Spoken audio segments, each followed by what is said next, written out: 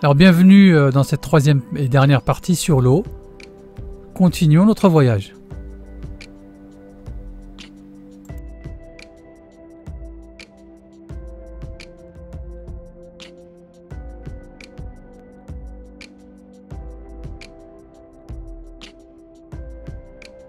Alors, essayons d'expliquer pourquoi ces ions ne peuvent entrer dans la cellule. Alors, toutes les cellules ont une membrane lipidique, comme vous le voyez en fait sur le schéma. Quand on souhaite entrer dans la cellule, on doit traverser cette membrane. Alors, cette membrane, elle est de quel type? C'est une membrane huileuse. Les ions ne sont pas solubles dans l'huile, et donc en buvant une eau avec des éléments dissous non solubles dans l'huile, ils restent à l'extérieur de la cellule et ne peuvent entrer. Et donc, qui traite cette eau avec ces minéraux non dissous, c'est qui? Ce sont les reins. Et on risque de trop faire fonctionner les reins. Comme on l'a dit, une suractivité rénale, ça peut poser des problèmes dans le temps. Alors cette barrière huileuse qui empêche la pénétration, elle a en fait des acides aminés. Ces acides aminés ont d'un côté en fait une fonction carboxylique et un autre côté à l'intérieur de la cellule, un côté hydrophobe. C'est justement ce lien du côté carboxylique avec l'ion qu'on appelle la chélation, c'est ce qu'on a dit plus haut. C'est cette chélation qui permet en fait à la cellule d'entrer, permet à l'ion d'entrer dans la cellule. Alors ils permettent l'entrée de certains ions dans la cellule, mais pas tous les ions. Sachant que la complexité ionique est très particulière, on va le voir juste après. C'est pas aussi simple que de croire que je prends un complément alimentaire avec du calcium ou avec du sodium ou avec du potassium, avec du magnésium et tout se fait facilement. C'est complètement faux, il y a des interdépendances, on va le voir là tout de suite après. Les ions ont des affinités, ils sont aussi antagonistes les uns les autres pour certains. Donc attention aux compléments alimentaires avec des minéraux pas forcément assimilables.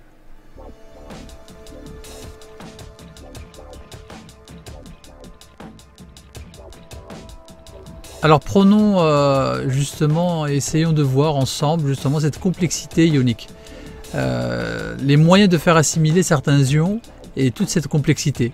Alors ici on voit tous les éléments nécessaires à la vie.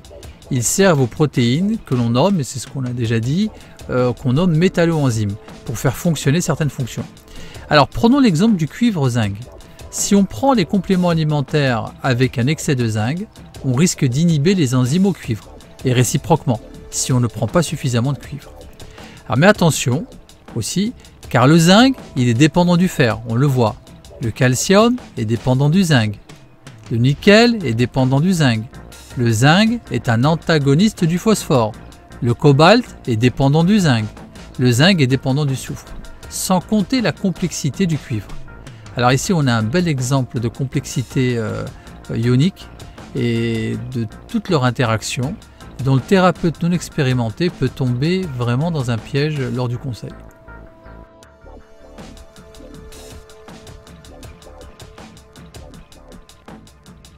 Alors quelle est la solution? Pour éviter tous ces tracas, on prend du sérum de Quinton. Alors qu'est-ce que c'est? Donc, quand on sait qu'on est déminéralisé, c'est la seule vraie solution. Tous ces ions sont amenés ensemble. L'organisme saura faire le tri, parce que l'organisme c'est aussi une machine très très intelligente. Alors pourquoi l'eau de mer? Parce que les ions sont chélatés, ils sont avec leurs acides aminés, qui sont leurs transporteurs et qui les font passer par la barrière intestinale. Donc on n'a plus besoin d'acides aminés pour faire passer ces ions par la barrière intestinale. Alors, quand on est donc déminéralisé, on ne prend pas du magnésium ou du calcium, mais du sérum de Quinton, que l'organisme saura gérer parfaitement. Alors on a deux types sur le marché, on a l'isotonique pour les maladies chroniques sur du très long terme et l'hypertonique pour les sportifs qui ont besoin d'énergie disponible immédiatement. Ils peuvent prendre plusieurs ampoules par jour. Alors quelle eau boire? On va vous en citer quelques-unes que vous pourrez trouver très facilement dans les centres commerciaux. Alors on a Montcalm, qui est une eau aussi de très bonne qualité, dont le résidu à sec est de 32 mg par litre. Rosée de la Reine, on trouve aussi facilement en supermarché, très bonne pour les femmes enceintes. Montroucou, aussi une eau conseillée aussi pour les femmes enceintes.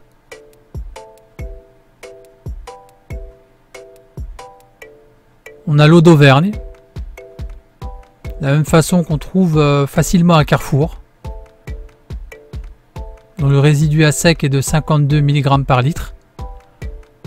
Comme on l'a précisé, il faut vraiment trouver des eaux inférieures à 100 mg par litre, c'est le maximum.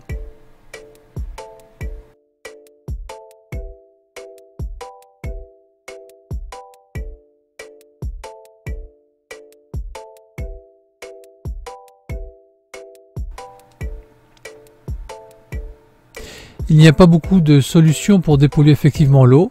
La filtration à osmose inverse est l'une des deux seules techniques accessibles avec la distillation permettant de rendre potable et sécuriser efficacement l'eau.